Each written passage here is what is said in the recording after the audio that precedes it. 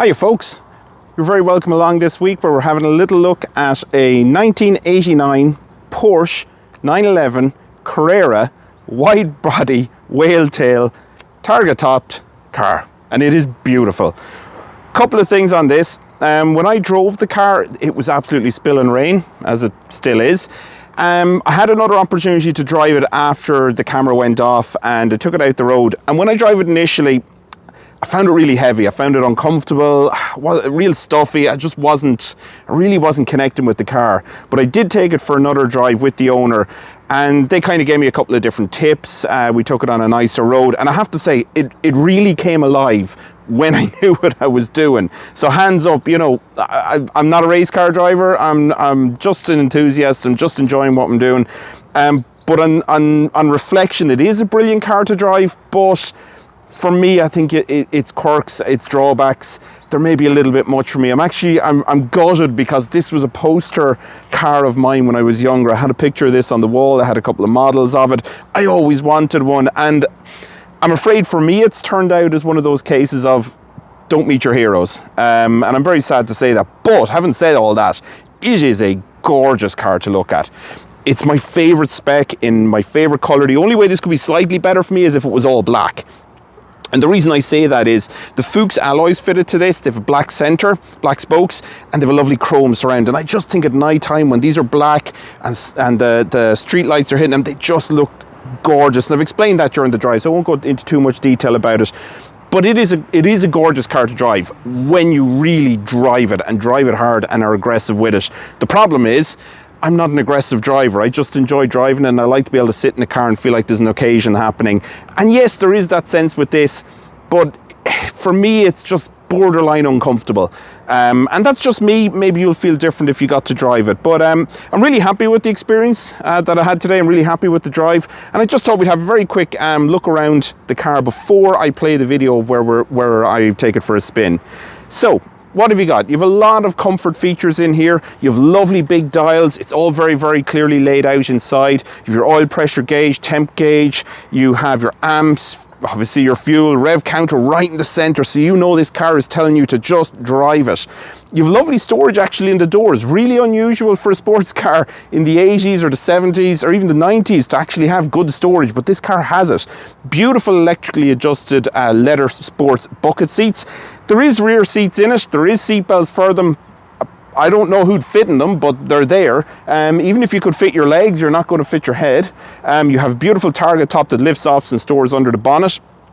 Lovely little feature with the opening and handle on the door. It's just a nice little design, a little bit quirky the way you slot your fingers in and pull it. Of course, the traditional Porsche rectangular Boss steering wheel. Other than that, you've got your fog lights, heater. It barely works, but it works. And it's there, front fog lights, rear fog lights, electrically adjusted mirrors, all of those different bits and pieces that, you know, they're nice to have in a car. You got your electric windows as well on both sides.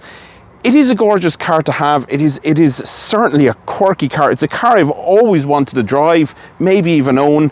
I think the own bit maybe for today has got out the window, but maybe it's the weather is putting a dampener on things with my mood, but it's certainly a lovely car to drive. There's no doubt about that. Parts for anyone looking at buying one of these, everything is available. It's easy enough to get parts, so long as you got a big wallet or a hefty wallet and you're happy to pay out.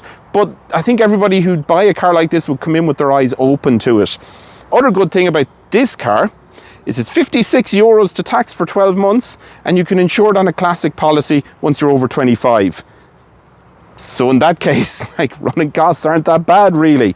Obviously it's going to drink a bit of fuel, but this isn't a car. You're not going to drive this every day of the year. And if you do, kudos to you for being brave enough to do it, okay, and strong enough to do it.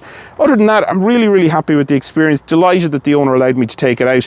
As I said, disappointed for myself, but it is a cracking car, and I know the owner absolutely loves it and adores it. So thank you very much for joining us, and we're going to spin on now to the drive.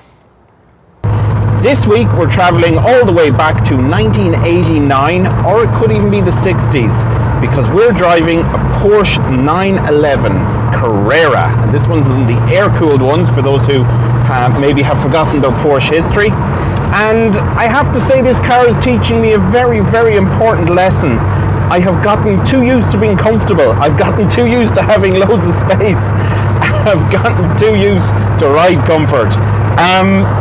I've been quite surprised by this car. This would always have been a dream car for me, but I've never driven one until today. And I have to say, as much as it impresses, and it really does impress, I'm kind of shocked by the likes of the offset pedals, the heavy gearbox, the clunkiness of it at low speed, and then I'm really impressed when you're up to about 50, 60 miles an hour.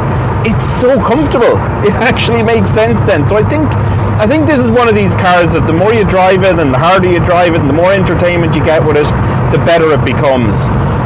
Now, you've joined us again on another wet day. I don't know what it is about John's garage and bad weather, but we seem to go together, which means that I am really not going to try and test this Porsche in any way. I will hands up say I am not the world's greatest driver. Not that I've had any accidents or anything like that, but even I don't trust myself with a rear engine Porsche with no traction aids or no support for the driver or anything like that. But again, thanks very much to the person who's let me take this car out. So what have we got? We have a 1989 Porsche Carrera Targa Top sports car, 911. It is one of the flat 6 engines, so 75,000 miles from new. Beautiful clear dials. As with any racing car, you're going to want the speed, the rev or tachometer, right at the center. We have a lovely little clock here, analog clock to the right hand side. Speedo, oil pressure, temp, tank oil, and all that kind of stuff as well is all here as well. It's actually very, very well laid out for what is essentially a 60s design. The layout is brilliant. The only thing that really isn't brilliant in this car is how offset the pedals are. This, I don't know why, but this has never registered with me before, but my left foot here is actually resting in the center of the car. The clutch pedal, quite heavy, but I suspect, again, as I said earlier, the harder you drive this car, the more responsive, the more it would make sense, essentially. That heavy clutch pedal, those stiff brakes. Lovely gearbox is actually quite nice. Lovely little mechanical feel to it.